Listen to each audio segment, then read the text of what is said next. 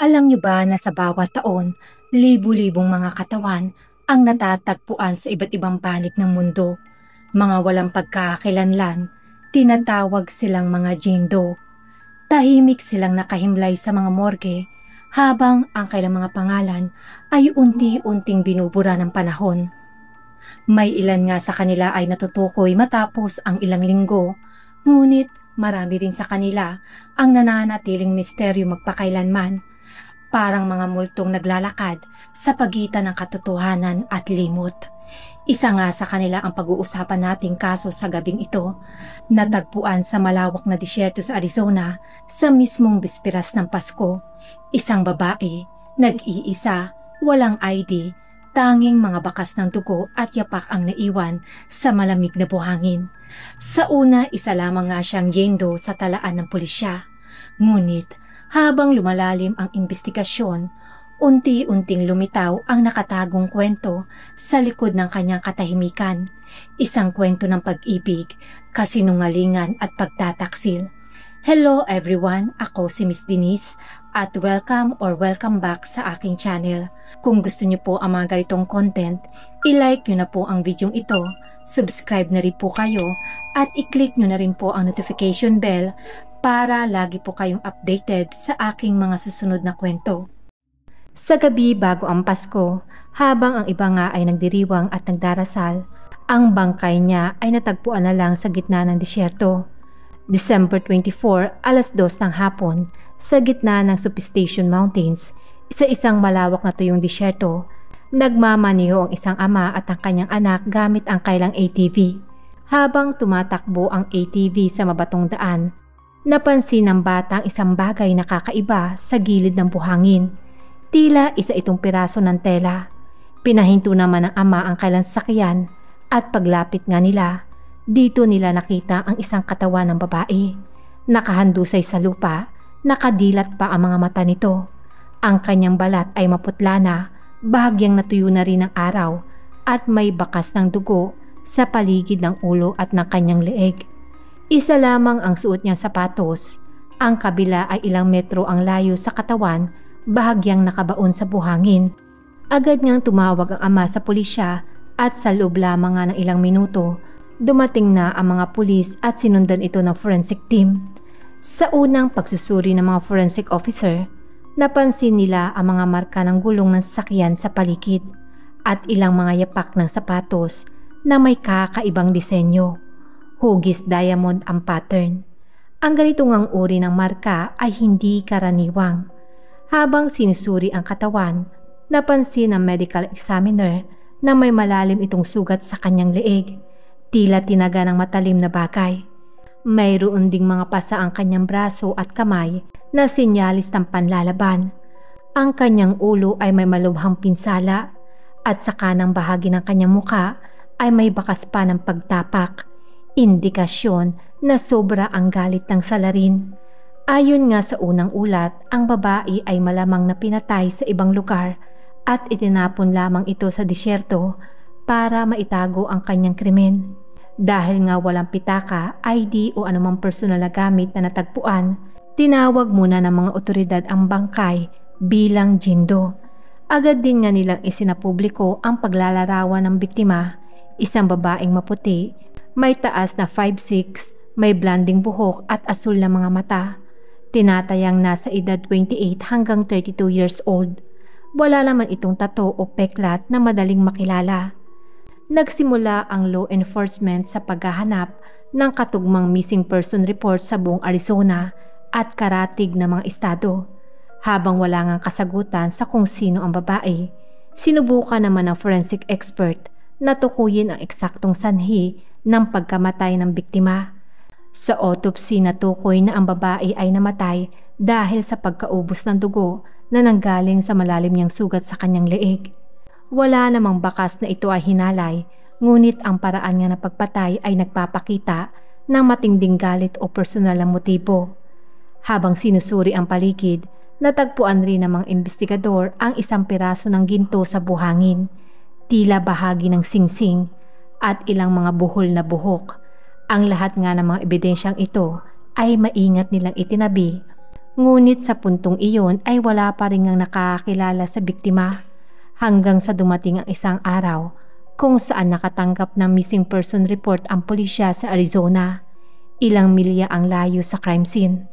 Ayon sa isang babaeng nagngangalang Kathy Mukman, nawawala ang kanyang kapatid na si Cynthia. Inilarawan niya ito bilang may blonding buhok, blue eye at bagong kasal pa lang sa asawa nitong si Michael Appelt.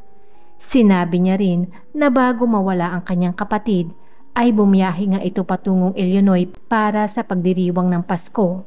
Ngunit lumipas raw ang mga oras, hindi na ito nakarating at hindi rin daw nagpadala ng mensahe o kahit tumawag man lamang kahit kanino. Sinubukan nga rin daw tawagan ni Kathy ang apartment ng kapatid na tinitirahan nito sa Mesa, ngunit wala ring sumasagot. Alam ni Kathy na hindi basta-basta umaalis si Cynthia nang walang paalam. Isa raw itong organisado at responsableng babae. Hindi rin daw ito mahilig lumabas ng mag-isa, lalo na nga kung gabi. Dahil dito nagsimula na nga siyang magduda. Sa parehong oras, ang mga pulis ng Pinal County ay nagsusuri pa rin ng kailang Jane Doe. Nang ipinadala nga nila ang mga fingerprints sa FBI database, makalipas lamang ang 2 araw, lumabas na ang resulta. Dito na pag-alaman na ang Jane Doe ay walang iba kundi si Cynthia Mukman, 30 years old, isang health education instructor na kamakailan lamang na ikinasal. Si Cynthia ay kilalang mabait, edukado at walang kaaway. Wala rin siyang record ng anumang krimen o personal na alitan. Samantala, sa bahay naman ng pamilyang Mukman sa Illinois, tahimik na nagluluksa ang pamilya. Habang ang buong bansa ay abala sa Pasko, sila ay umaasang hindi si Cynthia ang bangkay na natagpuan. Ngunit nang tuluyan ngang kumpirmahin ng pulisya ang pagkakakilanlan, gumuho ang kailang mundo. Ang kanyang amang si Jack Mukman ay tahimik lamang nang sabihin ng pulisya ang balita dahil hindi pa rin ito makapaniwala.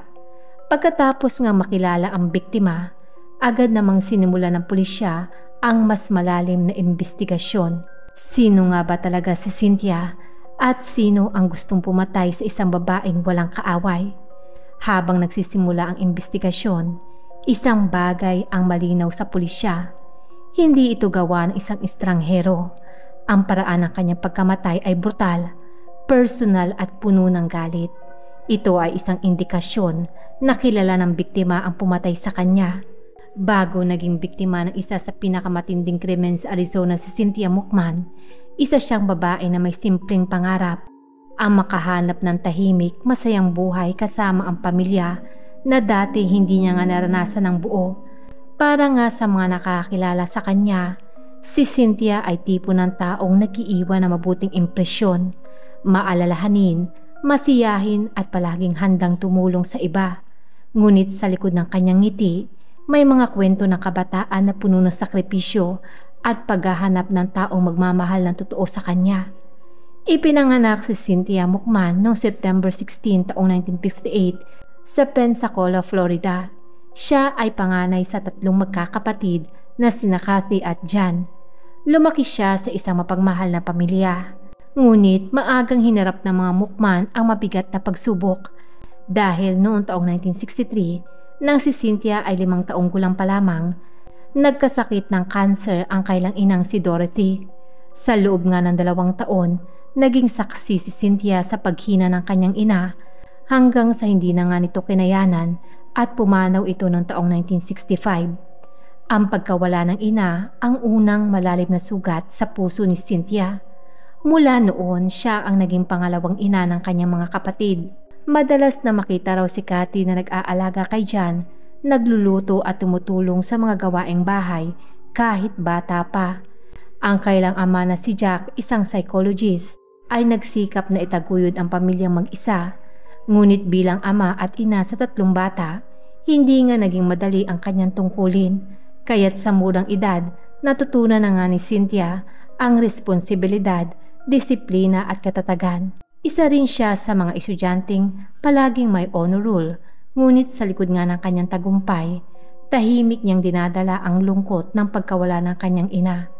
Madalas niyang sabihin kay Kathy na balang araw ay gusto niya raw bumuo ng isang pamilya, yung buo, masaya at hindi kailanman mag-iiwanan. Pagtungtong naman ni Cynthia sa kolehiyo, pinili niyang mag-aral ng health education sa University of Illinois, isang kursong sumasalamin sa kanyang malasakit sa kapakanan ng iba. Nakapagtapos siya ng bachelor's degree na may mataas ngang marka at agad ding nakapagtrabaho bilang isang health instructor sa isang lokal na community center. Ngunit hindi pa nga doon nagtapos ang kanyang determinasyon. Sa edad na 25, bumalik siya sa pag-aaral upang kunin naman ang master's degree sa health education. Pagkatapos na magtapos, nakakuha naman siya ng trabaho sa Minnesota kung saan nagturo siya ng mga kursong pangkalusugan sa mga high school at community programs. Ngunit kahit matagumpay na nga siya sa kanyang propesyon, madalas niyang banggitin sa kanyang mga kaibigan na nararamdaman niya raw may kulang. Hindi raw sapat ang trabaho lamang, ang hinahanap niya ay pag-ibig na magbibigay saysay sa kanyang mga pangarap. Habang abala nga siya sa kanyang trabaho sa Minnesota, regular naman siya nakikipag-ugnayan sa kanyang pamilya. Dahil wala pang ang cellphone noon, madalas siyang magpadala ng audio cassette tapes kay Kathy. Sa mga tape na iyon, maririnig kung gaano siya kasaya at kasabay nito kung gaano siya kalungkot. Ikinukwento niya nga ang kanyang mga ginagawa sa araw-araw, ang mga estudyanteng pasaway, ang mga bagong resepeng natutunan niya at kung minsan mga tungkol sa kanyang mga date. Isa sa mga lalaking nabanggit niya ay isang radio DJ na nagngangalang Mark Morer. Nakilala niya raw ito sa isang community event at agad nga silang nagkaroon ng koneksyon. Si Mark ay palabiro, charming at may kakayahang pasayahin si Cynthia sa mga panahong pagod siya. Sa simula, naging masaya ang kanilang relasyon. Puno ito ng tawanan at mahabang usapan. Ngunit nang makalipas ang ilang buwan, nagsimula na nga raw lumabas ang mga problema. Si Mark ay mahilig sa inuman at madalas ngang lumalabas kasama ang mga kaibigan. Samantalang si Cynthia ay tahimik at napakakonserbatibo. Habang lumilipas ang panahon, napansin niyang magkaiba sila ng landas na gustong tahakin. Sa huli, nagpasya na nga siya makipaghiwalay. Ang breakup na iyon ay naging mahirap nga kay Cynthia. Pagkatapos na ilang taon sa Minnesota, nagdesisyon naman siyang bumalik sa Mesa, Arizona noong taong 1986 upang magsimulang muli. Pagbalik nga ni Cynthia sa Mesa, nagsimula siya bilang health educator sa isang lokal na ospital. Dahil nga mas malapit na siya sa kanyang pamilya, naging mas madalas ang kailang komunikasyon. Madalas siyang tawagan ni Kathy at ng ama nilang si Jack upang kumustahin. Sa paningin ng lahat, tila nasa tamang direksyon na nga ang buhay ni Cynthia. May maayos na trabaho, magandang bahay, at may mga kaibigang maaasahan. Si Kathy ang madalas niyang takbuhan sa mga gabing nagiging malungkot siya. Ayon kay Kathy, madalas sabihin ni Cynthia na gusto niya raw maikasal at magkaroon ng sariling pamilya. Hindi siya naghahanap ng kayamanan o karangyaan. Ang gusto niya lamang ay isang lalaking matalino, mabait at marunong magmahal ng totoo. Noong pagsapit noong October taong 1988, inibitahan ng kaibigan niyang si Annette si Cynthia sa isang party na ginanap sa isang lokal na bar sa Mesa. Ayaw niya nga sanang sumama dahil pagod na nga siya sa kanyang trabaho. Ngunit napilitan nga siyang pumunta upang makasama ang kanyang mga kaibigan. Pagpasok pa lamang ni Cynthia sa bar, agad niya ngang napansin ang dalawang lalaking banyaga. Matangkad, maputi at may malakas na dating. Ang mga ito ay magkapatid na Aleman, sina Michael at Rudy Appelt. Pareho sila nakasuot ng suit kahit kaswalang okasyon at agad nga nakakatawag ng pansin ito sa karamihan. Ngunit higit sa lahat, si Michael ay tumatak kay Cynthia. May kakaiba sa paraan nitong magsalita, magalang at may kumpiyansa at tila alam nga nito kung paano basahin ang isip ng kaharap. Lumapit si Michael kay Cynthia at nagpakilala bilang isang German businessman na naglalakbay sa Amerika upang magbukas ng negosyong computer software at electronics. Nagsimula nga silang magkwentuhan at hindi nagtagal, naramdaman nga nila na para na silang matagal na magkakilala. Sa gabing ang iyon, tila nakahanap na nga si Cynthia ng taong nakakaintindi sa kanya, matalino, mabait at tila sinadyang ilapit ng tadhana.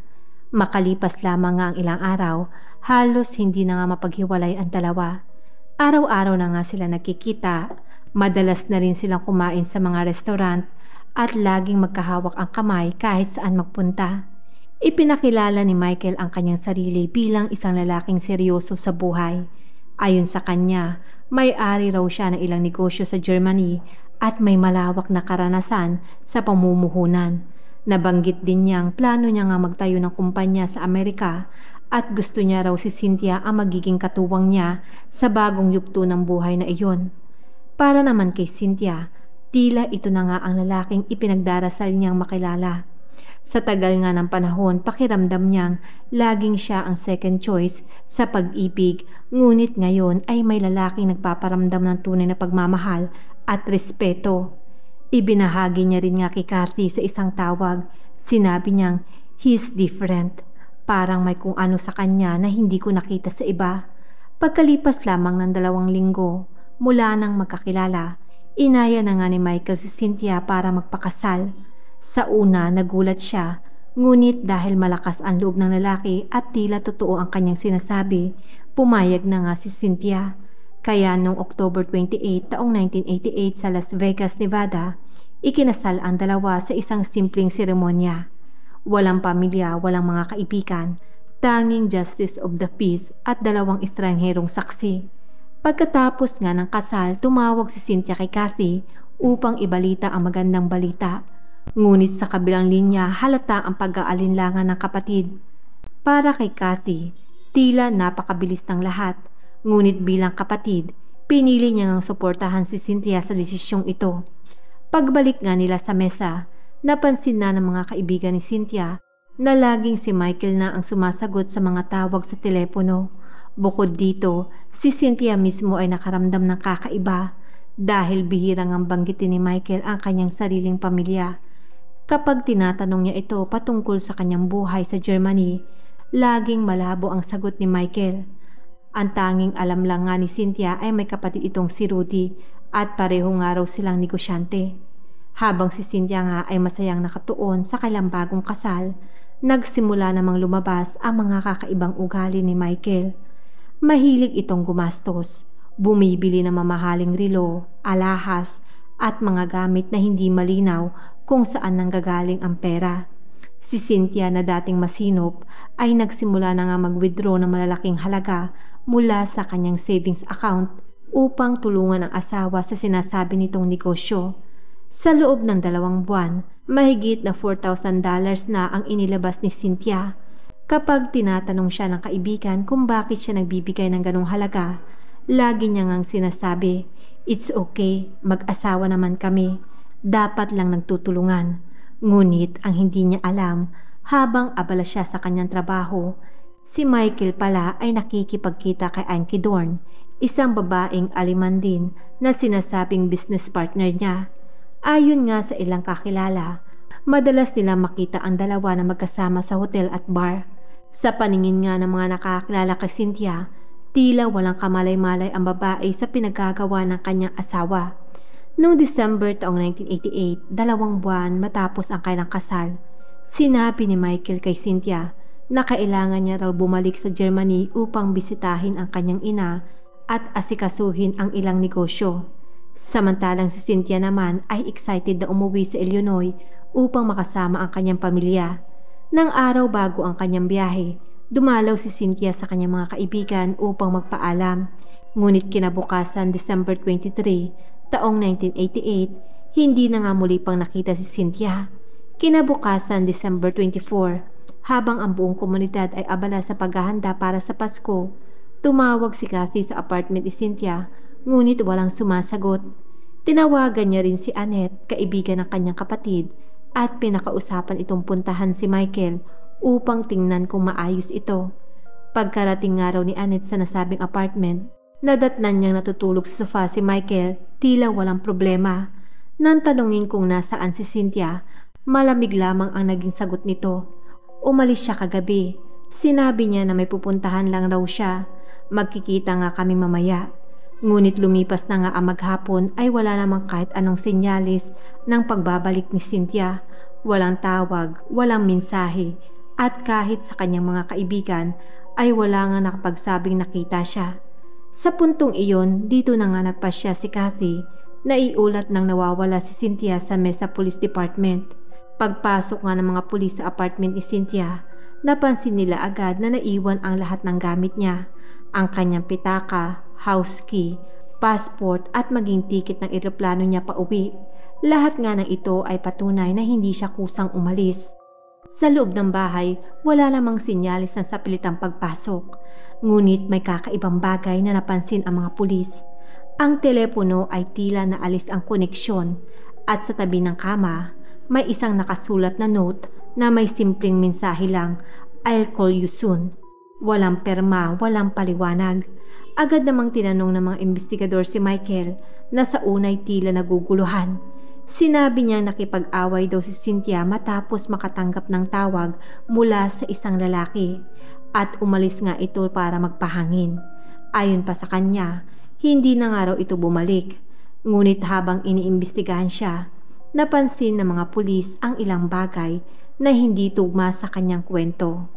Ang una, bakit hindi man lamang siya nag-alala o naghanap sa kanyang asawa? At ang pangalawa, bakit tila walang emosyon ang kanyang pagsasalita?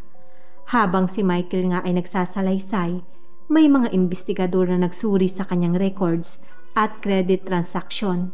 Dito lumabas na sa mga linggo bago nawala si Cynthia, nag-withdraw si Michael ng mahigit $4,000 mula sa account ng kanyang asawa. Iyon nga ay malaking halaga, lalo na't si Cynthia ay kilalang matipid at masinop. May mga resibong nagpapakita na ginamit ni Michael ang pera sa pagbili ng mamahaling relo, alahas at hotel accommodation. Habang lumalalim ang investigasyon, nagsimulang magduda ang mga pulis na si Michael ay hindi inosente sa pagkawala ng kanyang asawa. Ngunit wala pa rin konkretong ebidensya, kaya't sa halip na arestuhin agad, sinimulan naman nilang obserbahan ito. Habang sinusuyod nga ng mga pulis ang mga posibleng ruta na tinahak ni Cynthia, isang ulat ang dumating mula sa Pinal County tungkol sa natagpuang bangkay. Dito na nga nila nalaman na patay na si Cynthia. Habang pinuproseso ang eksena ng krimen, natuklasan ang mga marka ng sapatos sa buhangin na may kakaibang pattern. Paglaon, ang pattern na iyon ay eksaktong tumugma sa sapatos na pagmamay-ari ni Michael Appelt. Sa pagsisiyasat sa mga dokumento ni Cynthia, natuklasan rin ng mga investigador ang isang nakakagulat na detalye. Ilang linggo bago nga siya nawala, pumirma siya ng life insurance policy na nagkakahalaga ng $400,000 at ang tanging benepisyaryo ay ang kanyang asawang si Michael. Mas nakakagulat pa, ang insurance na ito ay doble ang halaga kung aksidenteng kamatayan ang mangyayari. Sa madaling salita, kung mamamatay si Cynthia sa isang aksidente, kikita si Michael ng $800,000. Nang tanungin kung sino ang nag-ayos ng insurance, lumabas na si Michael mismo ang nag-imbita sa ahente sa kailang bahay at sinabing ito ay para raw sa proteksyon ni Cynthia habang bumabiyahe. Ang dokumentong iyon na sa unay walang halatang masama ay kalaunang magiging pinakamahalaga palang ebidensya sa kaso. Matapos ilibing si Cynthia, muli ngang tumawag si Michael sa mga pulis. Sinabi niyang may tumawag daw sa kanya at nagsabing, "Pinutol ko na ang lalamunan ng iyong asawa. Kayo na ang susunod." Sa halip na paniwalaan, lalo lamang nagduda ang mga investigador. Sa kanilang pananaw, tila sinadyang gumawa ng kwento ni Michael upang ilihis ang direksyon ng kaso at palabasing may ibang salarin. Lalo naman itong pinagtibay ng mga records ng telepono dahil wala namang natanggap na tawag mula sa numerong sinasabi niya. Sa puntong iyon, nagsagawa na nga ng 24-hour surveillance ang mga pulis kay Michael at sa kanyang kapatid na si Rudy. Sa ilalim ng pagmamanman, nakita nilang madalas silang magkasama at lagi nga nakikipagkita sa isang babaeng si Ankidor, ang nasabing babae ni Michael. Sa mga sumunod na linggo, nakipag-ugnayan na nga ang pulisya sa nasabing babae. Noong una, itinanggi niya na may alam siya sa kaso. Ngunit nang ipakita na nga sa kanya ang mga litrato ng katawan ni Cynthia, nanginig siya at tuluyan na ngang bumigay. Ibinunyag na nga niya ang lahat. Sinabi niyang sina Michael at Rudy ay hindi naman talaga negosyante tulad ng sinasabi nila. Ang totoo, pumunta lamang sila sa Amerika upang manloko ng mga babae. Gamit ang kailang European accent, magandang itsura at mga kwento ng yaman at kanilang tagumpay. Ayon rin nga kay Anki, si Cynthia ay naging perpektong target nila dahil nga ito ay mabait, mapagtiwala at may maayos na trabaho. Mula nung una nga sila magkita, pinagplanuhan na pala ni Michael kung paano siya lalapitan, papaibigin at sa huli, papatayin para sa pera. Ibinunyag din ni Anki na noong gabi bago mawala si Cynthia, sinundo nila ito ni Michael para umano'y maghapunan. Sa loob nga ng sasakyan, nagsimula na raw silang mag-away. Sinuntok ni Michael si Cynthia habang nawalan ito ng malay. Pagkarating naman sa disyerto, pinatay nila ito sa pamamagitan ng pagtaas sa leeg. Si Anki ay naiwan lamang sa loob ng sasakyan, nanginginig sa takot habang pinapanood ang lahat mula sa bintana. Pagbalik nga ni Michael at Rudy, pawisan sila at may mga bakas ng dugo sa kanilang damit. Pagka-uwi nila sa bahay, sinunog ang mga gamit at lumabas pa upang uminom na parang walang nangyari. Ang imbestigasyon nga ay nagtagal ng halos 1 taon bago tuluyang naisampa ang kaso. Noong taong 1990, sinimula na nga ang paglilitis kina Michael at Rudy. Sa unang araw ng paglilitis, nakasuot nga si Michael ng itim na suit, mahinahon at tila wala itong emosyon. Sa kabuuan ng hearing, bihira nga siyang magsalita. Sa tuwing babanggitin ang pangalan ni Cynthia, hindi siya tumitingin sa larawan nito. Si Rudy naman ay tila hindi na alam ang nangyayari. At ayon sa mga psychiatrist, may mental impairment na nakakaapekto sa kanyang kakayahang unawain ang mga kaganapan. Ang testimonya ni Anki Dorn ang naging pinakamabigat na sandata ng prosekusyon. Sa kanyang salaysay, ikinuwento niya ang buong detalye ng gabi ng pagpatay, kung paano nila dinukot si Cynthia, kung paano siya pinatay, at kung paanong pagkatapos ng lahat ay itinapon ang katawan sa disyerto. Ang kanyang pahayag ay sinabayan ng forensic evidence na tumutugma nga sa lahat ng bahagi ng kanyang kwento. Matapos ang halos 2 linggong paglilitis, naglabas na ng desisyon ang korte. Si Michael Apelt ay nahatulan ng first-degree murder at binigyan ng parusang kamatayan. Si Rudy naman ay nahatulan din ng first-degree murder, ngunit dahil nga sa kanyang mental na kondisyon, siya ay nasentensyahan lamang ng habang buhay na pagkakabilanggo. Si Anki Dorn bilang pangunahing saksi na nakipagtulungan sa mga otoridad ay hindi na sinampahan ng kaso. Pagkaraan ng ilang taon, patuloy namang umapila si Michael sa korte. Ngunit noong taong 2019, muling pinagtibay ng Arizona Supreme Court ang kanyang hatol. Kinumpirma na siya ay mananatili sa death row. Si Rudy naman ay nananatili sa bilangguan at kahit binigyan nga ng pagkakataon para sa parol noong taong 2009, hindi niya na ito naabot dahil noong April taong 2022, natagpuan na lamang siyang patay sa loob ng kanyang selda sa edad na 62.